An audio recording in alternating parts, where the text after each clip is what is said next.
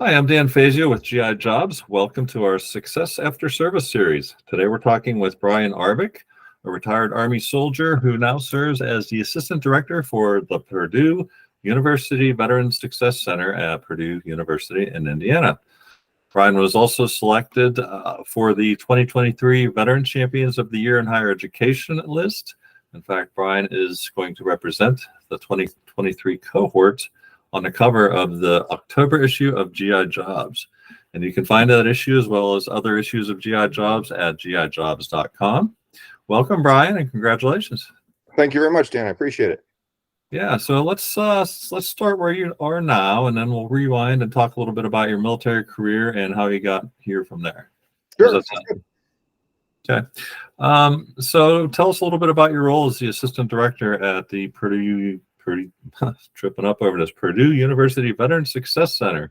You've been there about a year, if I'm not mistaken, correct? It's a year today, actually. So it's kind of wow, happy anniversary. Thank you. So my position as the assistant director, I work mostly in a space that's kind of student facing. So I run what we call our education to occupation program. So that is a series of programs, workshops, and events designed to help veteran students transition from campus to career. And so I run resume workshops and LinkedIn workshops and those kinds of things, military career fairs.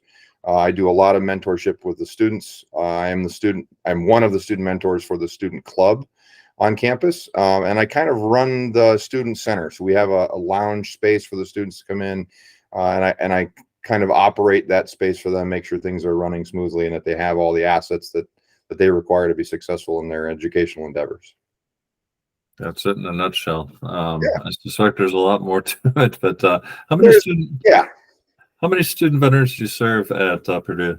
So right now, we call them military connected students because we serve several flavors of military students. So we have 1,901 students this year. We just closed out our annual survey data lock. So we locked in the numbers for the year at 1,901, which is a 10% increase over last year's number of 1,728. So we're growing pretty fast. But the true veteran student or the currently serving students that we have is about 660 total of the 1,901. So not the largest population we have. That's actually the transferred benefit students, the dependent children and the spouses leveraging GI Bill transferred benefits from the post 9/11 GI Bill. Gotcha. And how many staff do you have at the center there to serve the students? Right now we have 6. So we have my director, Morgan Gamble, myself as the assistant director, and then we have 4 full-time school certifying officials. So we actually have the VA certified school certifying officials that work for us in our space full-time, not as an additional duty in some other office on campus. And so it's a tremendous benefit for our students if they're having issues with any of their GI Bill benefits, pay, any of that kind of stuff. They can come into the space and find those professionals right there, get their questions answered and their issues resolved very, very quickly. Gotcha. Okay, so let's take it back to the beginning. When did you enlist in the Army and why? And from where? Where did you grow up? So I grew up in Michigan. I enlisted in the Army in 1999, mostly because I failed miserably in college. It was my first great failure in life. I lacked the basic self-discipline and individual maturity to be successful in that kind of environment at that time. And I thought to myself after that colossal failure, where can I go to try to fix this? And so I thought no better place than the Army. And so I enlisted in the Army with the intent of doing, one tour, kind of grow up a little bit and come back to college. And 22 years later, I finally decided I'd grown up enough. So that's kind of where I came in at. I ended up staying for a lot of reasons, but mostly I really loved the work and the people that I worked with. So 22 years later, I had to give it up. Yeah. What was your MOS? I was an 11 Bravo and finished as an 11 Zulu. So I retired as an E8. My last position was as a company first sergeant with the Big Red One out of Fort Riley, Kansas. Gotcha. Very storied division. Very. What were some of your most memorable duty stations? Oh man, Dan, I had some good ones. I was really, really lucky. I had a very kind of traditional career as an infantryman. Started in Fort Carson, Colorado. So how can you ever complain about being stationed in the Rocky Mountains? Front range. with a fantastic organization, part of 4th Infantry Division. So I was in the 8th Infantry Regiment, which was one of the first units on the beaches of Normandy. Fantastic organization, deployed to Iraq. I moved to Korea, where I got to be in the United Nations Command Honor Guard Company in downtown Seoul. So that's pretty memorable, living in an apartment off post in Seoul for a year, guarding the general and doing ceremonies. I went to Fort Sam Houston, Texas. So it was Fort Sam Houston, Texas at the time. I think it's Joint Base San Antonio now, as part of a 27 infantry person honor guard platoon. It was handling funeral honors and ceremonies for Southern Texas. So that was pretty memorable. Got to leave there and go to Fort Hood, and I got to be a crash test dummy for the Army. So I was working for Operational Test Command. We were testing new vehicles, weapons, equipment, all the new gee-whiz stuff that the Army was considering buying. My best test was I was the NCOIC of the camouflage pattern test. So the test that gave us the new operational camouflage pattern and changed the uniform for the entire force. That was one of mine. It was a lot of fun. It was a pretty cool test to invent a way to test the effectiveness of camouflage. And then I went out to Schofield Barracks, Hawaii. So memorable being in paradise for a few years. Nice. Came here to Purdue University as an ROTC instructor. So again, very non-traditional kind of infantry job. Had a blast being away from a base and kind of getting a sampling of civilization, what it was like to be on the outside and work with some amazing students at a Big Ten school. The Army deemed me worthy to go to Fort Riley and finish my career as a first sergeant for the Big Red One. And then I retired out of that position. So I all of my duty stations were very memorable for a lot of different reasons, and I got to go to a lot of cool places. Yeah. Wow. You could write a book. I've tried. Yeah, it's actually hard work, isn't it? Yeah, it's trying to put it all in the right kind of order is Yeah. a lot of work. So one enlistment turned into 22 years, and as you approached retirement, what was your plan? So that's kind of a story in of itself. About midway through my career, I had the final epiphany to figure out what I wanted to be when I grew up. True to the military experience, right? I was gone a lot, and I had kind of a superficial relationship with my kids. I was dad, they were kids, but there wasn't the real bond there. And that realization hit me like a ton of bricks one day. I was making a sandwich in the kitchen. My son was very little at the time, and he literally bumped into my leg as I'm making a sandwich to go ask his mom to make him a sandwich. And so he didn't even recognize me as being a person to perform that kind of function for him. And that kind of hit me hard. I was like, man, that's not cool. I got to do something about that. Fast forward some time. A friend of mine worked for the Detroit Tigers at the time, and we were coming back from an overseas tour, and he hooked the family up with some on-the-field passes to a Tigers game. So we got to go into Comerica Park early, see the Tigers doing batting practice, got to go down on the field with them. We got autographs from Miguel Cabrera. He came over and signed some balls for my kids. We met Alan Trammell, my childhood hero growing up in Michigan and playing for the Tigers. He came over, was coaching with the Tigers at the time, gave my son one of the balls that the Tigers have been practicing and warming up with. And then Al Kaline, who was still with us at the time, walked by and thanked everybody who was there for this, this kind of pregame event for coming out and supporting the Tigers. And so we met, two Hall of Famers and a future Hall of Famer, got autographs, got baseballs. This was really cool experience. Caught a foul ball during the game. The Tigers won. You couldn't write a better story about a baseball experience. And it gave my family something to bond over. Both my kids fell in love with baseball. Their favorite team is the Tigers, and we had something to build off of. And I thought to myself, that's a really cool job. I want to do that someday. I want to work for a sports organization, and I want to have the opportunity to create opportunities for somebody to come out and have an amazing, life-changing experience. Probably not going to happen every day, but that opportunity is always there, and I really liked that idea. So I changed my degree to sports management because I was taking classes through Army Tuition Assistance while I was in service, and I graduated with my bachelor's in sports management from Troy University just before I retired. And so when I transitioned, the goal was to go work in sports someplace and help people have an amazing time at the ballpark. So that was the goal. Did it for a little while. I took advantage of the Army's kind of skill bridge internship opportunity. I did a build your own skill bridge where I did an internship with a sports management company with a baseball team out of Illinois. So I got to go there and be an intern while still on active duty. Did my internship, and I guess I did a good enough job. They offered me a position working for them, running some sports tournaments. And then they offered me a position being the director of tournament operations. And so for a year, I was working for a company called Play 9 Sports, and we were doing sports tournaments all across the Midwest, running the 3 baseball teams, which play as part of a collegiate league called the Prospect League, concerts and events and all stuff. Amazing job, amazing opportunity, really loved it. But the realization hit that the schedule didn't fit with my family. And I hadn't really considered that piece of it when I'd thought about going into sports, that my wife is a teacher, both my kids are still in school.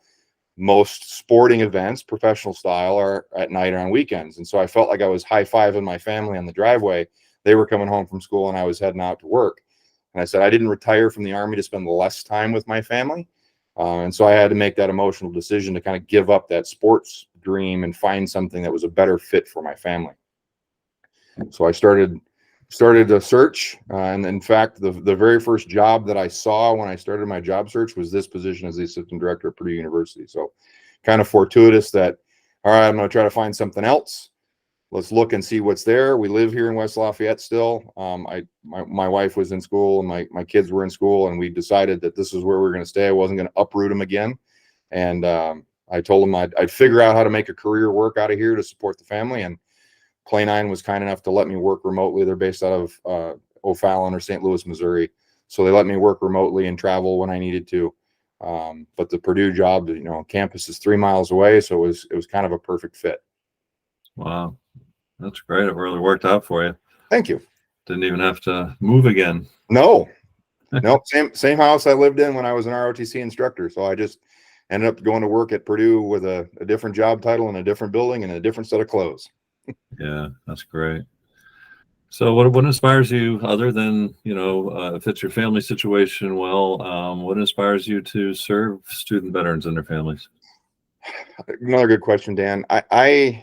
I recognize that through my career, through my transition and through my, kind of entering the new careers post-military, I didn't do any of it alone. My time in the military, there was always a sergeant training me, teaching me, coaching me. Somebody was mentoring me. Somebody gave me an opportunity to go do something to progress my career.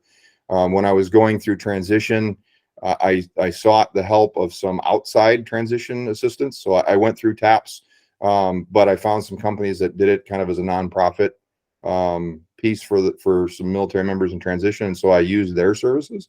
I found them to be a little bit more helpful and robust, a little bit more specialized than the TAPS on base. And so they were a tremendous amount of help guiding me through transition. Things like the importance of networking and LinkedIn, the importance of how to write a resume effectively without filling it full of military jargon that nobody's going to understand, was really, really key in my success. And I said to myself, well, here's this job at Purdue University doing that same kind of work for other veterans. Like, what a great way for me to pay that forward, to take the struggles, successes, and failures that I endured in my transition and maybe smooth some of that out for that next generation of veteran student who is transitioned out of the military, going through campus or going through their college education on campus and getting ready to go into the career field. If I could help them in some small way, that would be huge for me. And I kind of learned as an ROTC instructor, I really have a sense of fulfillment seeing other people succeed because I was able to empower and enable them. That really kind of lights me up. So this was just such a good personal fit along with the family and location piece. It was kind of meant to be. And so it's exciting every day to go into work. Every day is a little bit different. I got different students that come in with different problems, challenges, and want different pieces of help. And it's a lot of fun working through that stuff with them. Yeah, it sounds like a dream job for you. It is. So what advice would you give to a service member who's getting ready to get out and wants to pursue post-military education using their GI Bill? It's can be kind of a jarring matriculation from the military to a large civilian campus. It can. So one of the pieces of advice I would give to service members who are getting ready to transition is do your research not just in the university and the brand that the university, brand and reputation that the university has, but look at their veteran center. What kind of services and benefits does each university offer? They're all a little bit different. Many are really, really similar. We work in collaboration with the other Big Ten military services offices. We get together and once a month, we all collaborate, work together to try to make the Big Ten experience better across the board. But we're all a little bit different. We all have a little bit different setup. We have different staffing. We have different policies on campus. Our states treat the military and veterans differently. And so truly understanding what kind of benefits come within those kind of umbrellas is really important, because I mean, you could end up at a big name school that sounds really amazing, and maybe you missed out on some great opportunities that a different state would have offered. Indiana, for example, one of the reasons why we decided to stay here in Indiana is they have child disabled veteran benefits. And as a Purple Heart recipient, my kids are eligible for 124 credit hours of tuition free at any of the state schools. So IU, Purdue, Ball State, Indiana State, University of Southern Indiana. That's a tremendous benefit for me as a veteran, because yes, I could pass on my 9/11 GI Bill benefits to my kids, but now maybe I can hold those 9/11 GI Bill benefits back, let them go on the state benefit, and then use the GI Bill benefit for their master's degree if they decided to pursue one. And so it changes kind of that dynamic. All of those things can come into play. And I just kind of really want the veterans and the military to do their research and understand how you can kind of layer and stack things depending on where you go, and consider those things in your decision. Some people don't have all of that to consider, and they want to move closer to home, and they find a university in their home state that will treat them well, and they've got a good veteran center. Great.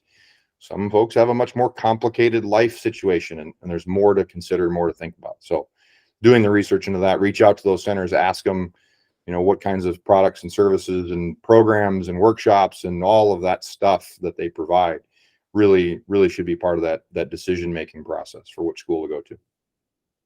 That's great advice. Thank you. Thanks for all you do for student veterans and their families. Is there anything else you'd like to add? Just that I hope that as veterans are transitioning, that they give good thought to using their GI Bill benefits. We hear from the VA all the time about the number of eligible veterans that don't ever engage in those benefits in one way, shape, or form or another. Not every GI Bill use has to go into a 4-year degree at a brick and mortar school. There are certificates, there's other kinds of trainings, there's other things you can use your GI Bill benefit for, but it's earned. You've earned it. You should absolutely use it in whatever way makes sense for you. It just seems like such a shame to see such an amazing, life-changing asset go to waste just because somebody doesn't want to go through the trouble of trying to figure it out. There's a lot of folks out here working offices just like mine that are there specifically to help you figure out how to be successful. Well said. Well, thank you so much, Bryan, for joining us today. We really appreciate your time, and thanks again for all you do for America's veterans. Thank you, Dan. I appreciate it.